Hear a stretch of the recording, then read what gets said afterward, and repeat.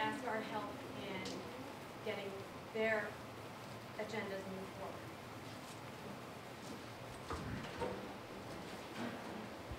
I would agree with Tammy completely on that.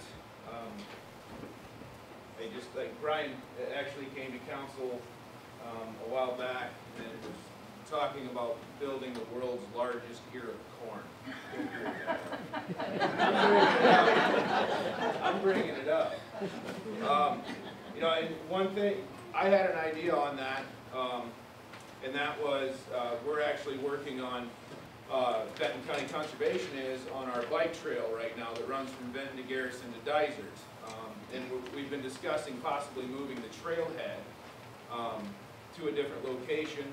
And I haven't talked to Brian about this yet, or if I did, I don't remember. But possibly, if we gain the ability to move that trailhead, we would hopefully maybe be able to talk to Mr. Parr and put that world's tallest ear of corn right next to our bike trail.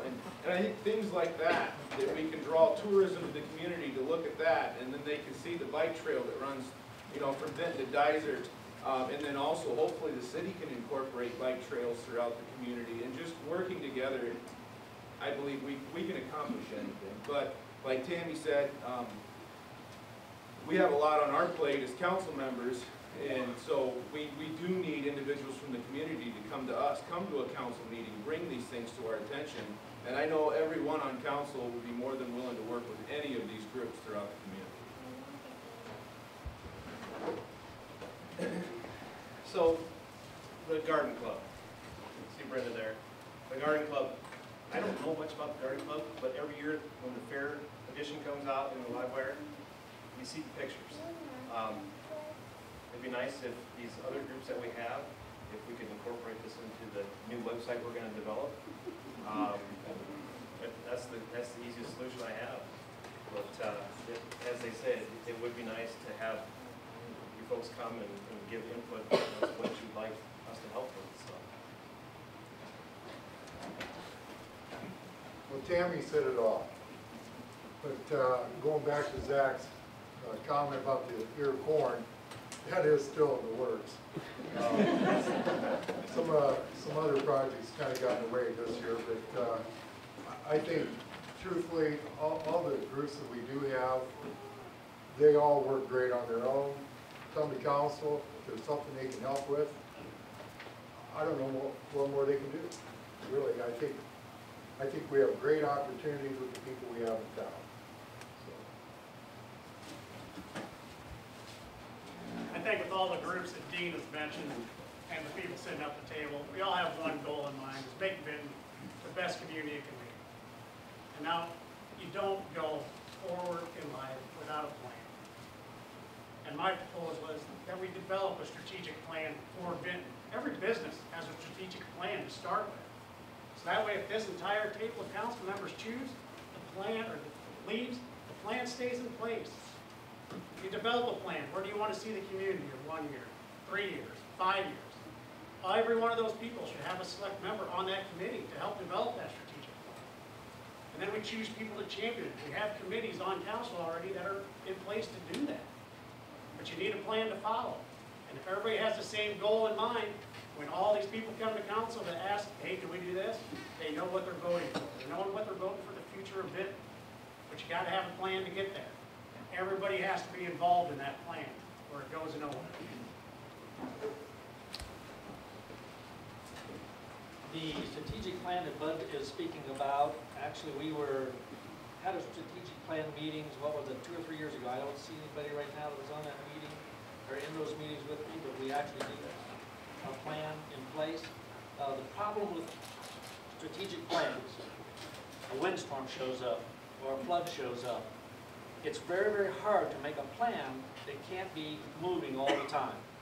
And I think that in the future, as I explained to a lot of our younger townspeople, you have to be more right than you are wrong. I believe that to make a plan and then have people think that that's the only plan that they can count on, that isn't the way I would operate things. I believe that we need to move all the time.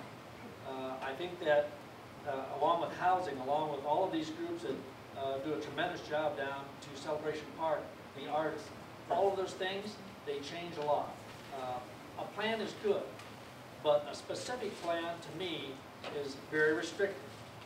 I believe that we need to have more groups like this. And once again, I applaud my council people. They are saying more tonight than they have said in council for months. And I absolutely am thrilled.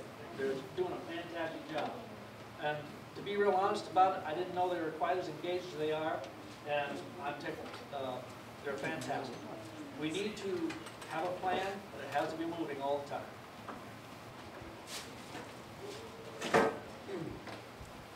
I guess I'd say that as far as the city council itself having the whole weight of a goal of bringing everybody together to do the exact same, or move down the same path, as it's been said, that the city can come up with a strategic plan.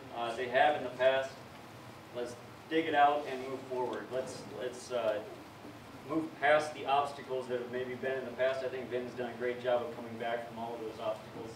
And I think that now is a great time to get that plan out again and take a look at it, and how we can, what groups it's going to take to come together to move forward, not on that plan, but also getting all these groups together, inviting the chair of each of these committees, bring them together and see how we can work to move it forward, to cross-train so that there's opportunities down the road, and you don't have one person doing everything. I think there's just a lot of opportunity in Minden, and getting everybody on the same page is really key to making the community move forward. Well, I think that having the capable people in the positions like we do, like Mary Jo and then VU, you know, that's a big part because they know what they're going to need. And hopefully they'll be fearless and come to us, and if we can help them in any way progress. I love that, like our arts people like Ryan, they have ideas. They're willing to share their ideas, and they're fearless about it. They're going out and doing it. You know, that's what this town needs. It needs to be fearless. We need to go after things and draw people in. You know, a plan is, you have to have a plan. Every business has a plan. The town has a plan. We need to engage and enact and help people fulfill what they need to do to make everybody as a community work together better.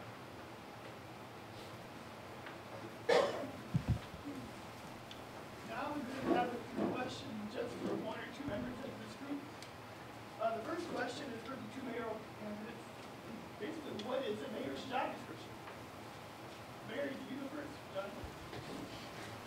Mayor's job description is involving, you appoint to approximately 20 committees. I run it, and I like to go to all of the commissions at least twice, if not 3 or 4 times a year. Some of them I don't make it as many times.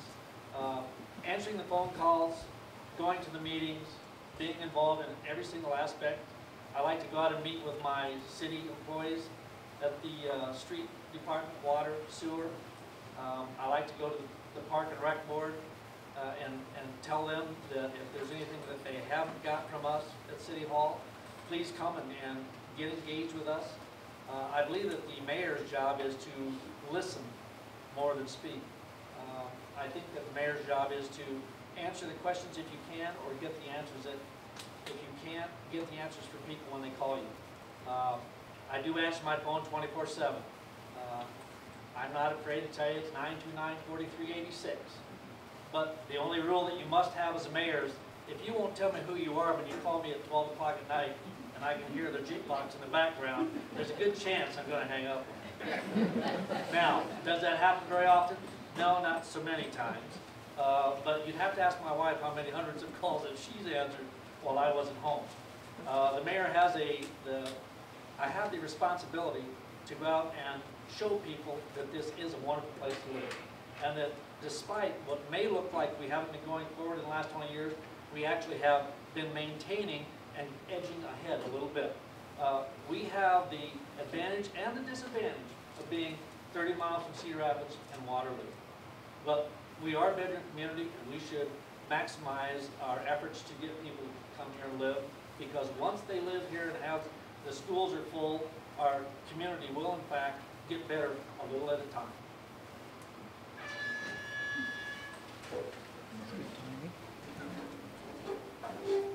The mayor's that and a whole lot more. The mayor has to let the council members do their job. They are elected by each one of their wards, because you guys put your trust in them to be able to run the city. The mayor's to help guide them, give them the entire vision, what he sees for the vision in the future. But all these little people on the committees see for the future, to bring everybody together, get everybody on the same page, and let the council do their work to get to that point. Yes, the mayor has to be a champion for the city, but everybody in this room has to be a champion for the city. If we can't become a better community to make that happen, then I would be failing as a mayor. We've got to bring everybody together to make Benton the best it can be. And everybody up here believes in it. And yes, should we go to every committee? Yes. Time does not allow that, and to think that you can is just being foolish beyond yourself. That's why the council members are here. You hire people that you trust can do a good job. We're a part-time council, a part-time mayor. We hired a city manager to run the day-to-day functions of the town, period. The mayor there is to provide guidance and to make sure everybody is staying on the same course. And that is what the main function of the mayor is. Yes, everybody needs to come together, and everybody can call the mayor and complain all they want, or thank the mayor for helping things out. But that's what it is. The mayor's there to lead the people through it, make the tough decisions, but let the council do their job. That's why they're there.